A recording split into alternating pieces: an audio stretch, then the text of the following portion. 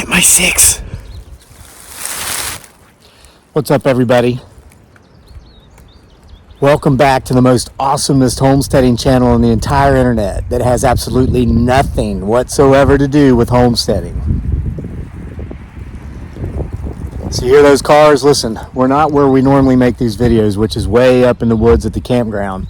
Our property has been a project in work for the 8 years we've been here now. There's one spot left that hasn't really filled in as much as we want it to as far as our privacy hedges go, and that's why you can hear some noise from the road. We're closer to the road. We're on the other side of the pond from the house.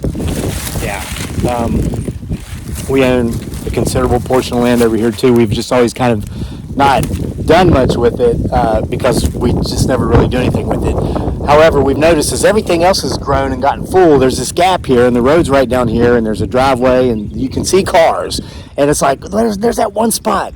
So I'm over here today, kind of like thickening the hedge. It'll be a 2 to 3 years time frame after I plant another dozen or so cedar trees in here and some privets. But listen, here's my point. I'm out here trying to work, and I get the distinct feeling I'm being watched, okay? I know I'm being watched right now as I work over here on this part of the property.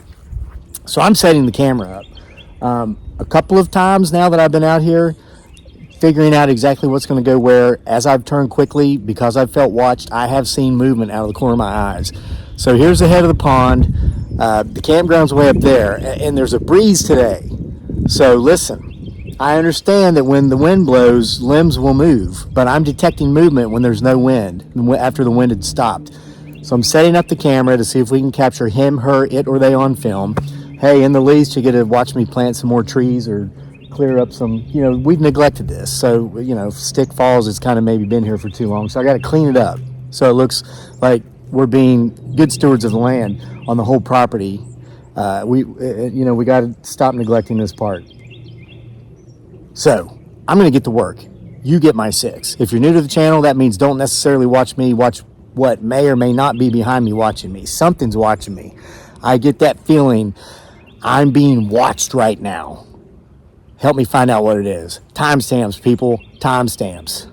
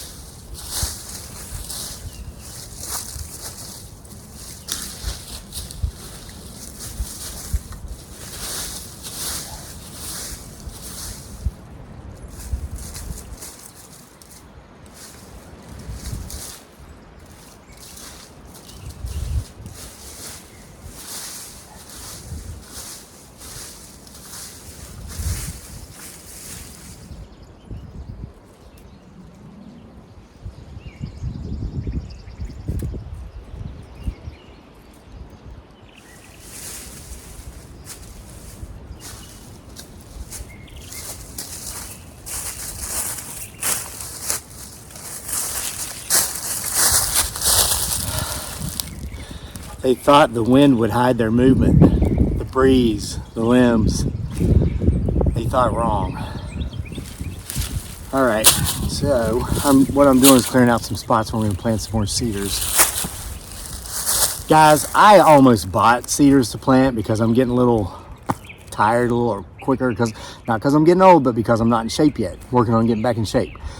Energy, the amount that you have, is not an age thing per se as much as it is a fitness thing. So anyway, I'm like, maybe I should buy some little cedar trees to plant instead of dig them up from my property and transfer them. That way I can spend more of my energy and time on training and working out. I priced them, no way. I got them all over the place, thousands. A 1 foot tall cedar, eastern red cedar, is like 25 bucks. 2 feet, 50, so on and so forth. They're selling them on Walmart.com, not sponsored, like 5 feet tall for 150 bucks. I'm like, no way am I doing that. I'll just dig them up and transfer them, my goodness. And that's exercise in and of itself. So it's win-win, you know what I mean? Save money, get a little bit better shape, good upper body and leg. Okay, whatever, I gotta get to work. So,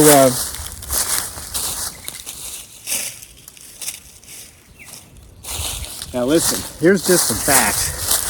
You can plant evergreens for a privacy hedge as much as you want, but if they're shaded, and this is an oak tree here with limbs that come down and shade this portion of land, if they're shaded, they're not going to grow 1/4 as quickly and as robustly as if they get full sun. Eastern red cedars like full sun. I planted 10 on the other side of the pond. 5 got full sun, 5 were partly shaded for part of the summer when a mimosa tree would bloom. The 5 that were fully sunned were literally 50% larger, taller, and wider after about 3 years than the 5 that were only partly shaded about 5 months out of the year. So I cut the mimosa limbs back, didn't cut the tree down, just pruned it back. And the other trees in like 8 months have almost already caught up with the others. So I've got an oak. I've got oak limbs on my part of the property coming over that I'm going to trim off so that the cedars that I put here are not shaded, and so they'll grow, giving us that full hedge that we're looking for.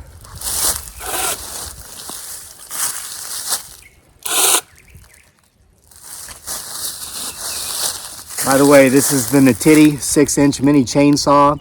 This saw is awesome. I've had it for a couple of years now. I am an affiliate marketer of this, so if you like what you see as far as the performance of this saw goes, I'll put the link in the description box where you can purchase one of these. And I do get a commission. Appreciate you if you support us by getting one of these Natiti saws. There's a safety trigger right there, the button. Takes a lot of the work out of it.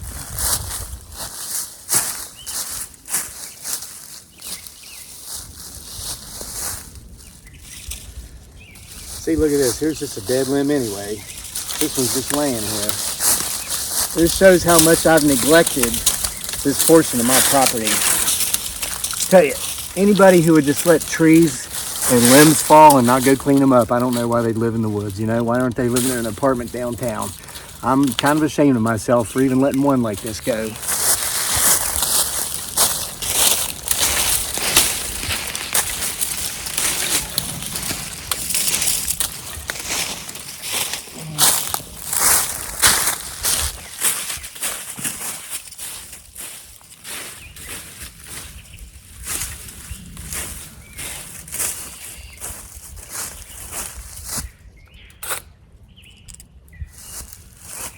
That's why I have my glasses. It's not particularly sunny out here today, but safety first.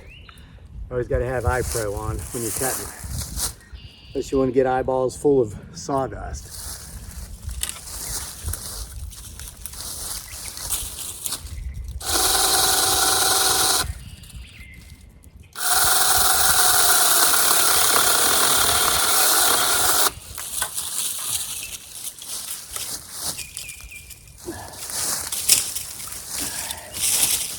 Went a little too deep with my undercut, but now watch this.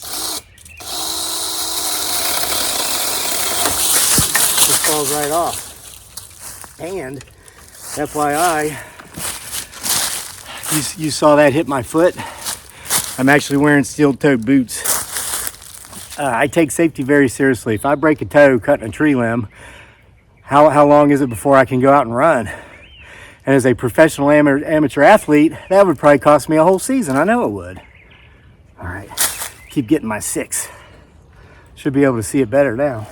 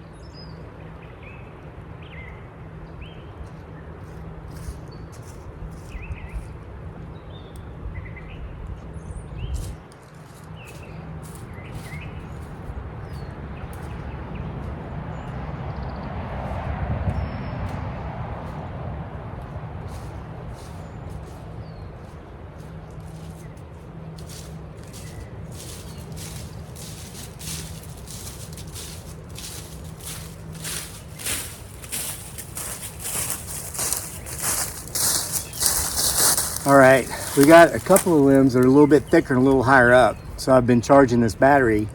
This is totally awesome. Now I don't get paid to promote this one. Should have requested it because I've made a few videos with it. This is a Craftsman pole saw used for getting limbs off of trees that are higher. I've had this for maybe 3 or 4 years. I did make a demo video on it. It's a great saw. It does the job. So as a matter of fact, I am an Amazon affiliate marketer. So I'll put my affiliate link for this through Amazon in the description box as well. So I get paid if you buy it through that link, and I do appreciate it. Appreciate all y'all's support. This was always a fantasy, this social media thing. We're like, what if we could get to this point and we could do this full time? You know, that could be our job. Well, we're 20 times past that point, and we're living the dream times 20. So thank y'all for your support. All right. Now, this is easy to use. Same thing. It's got a safety mechanism. Here's the trigger, but there's also a safety here. You got to pull it back.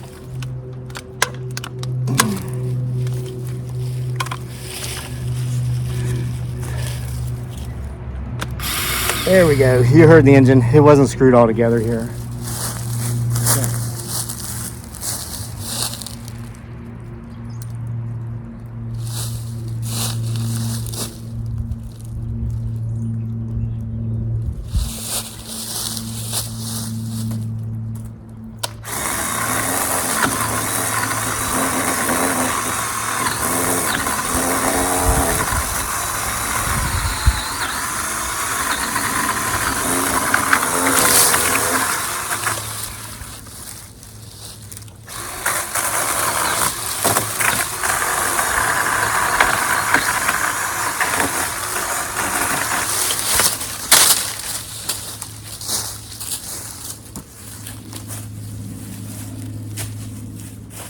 This is a big one. Now by getting these out of the way, again, this would have leafed out later in the year and it would have just shaded this whole area where I'm putting my evergreens for a privacy hedge. This will not hurt the tree. The tree will live, and actually every few years I'll have to do this again because it will sprout new growth.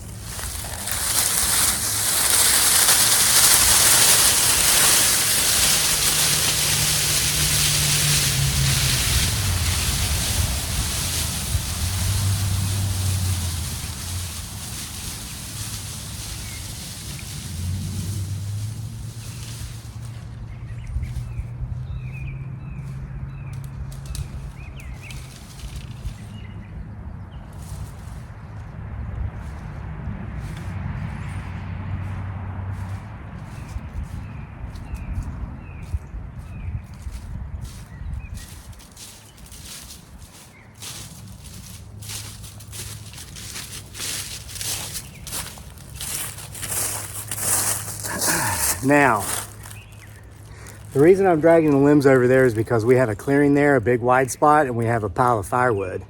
This wood is thick enough, some of it, to where I'll use this McKitty, cut it up into stove lengths, let it dry out, and we'll burn that as firewood.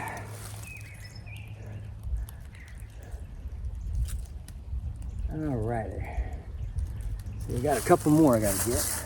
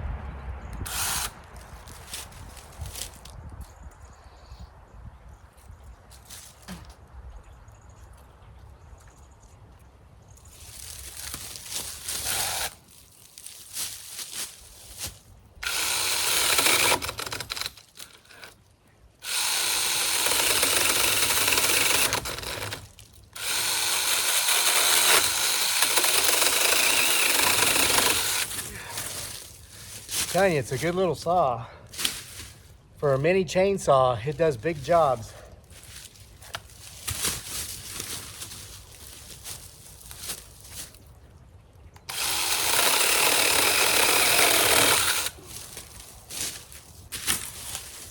Then of course, for the thicker, higher limb, we'll go back to the Craftsman here.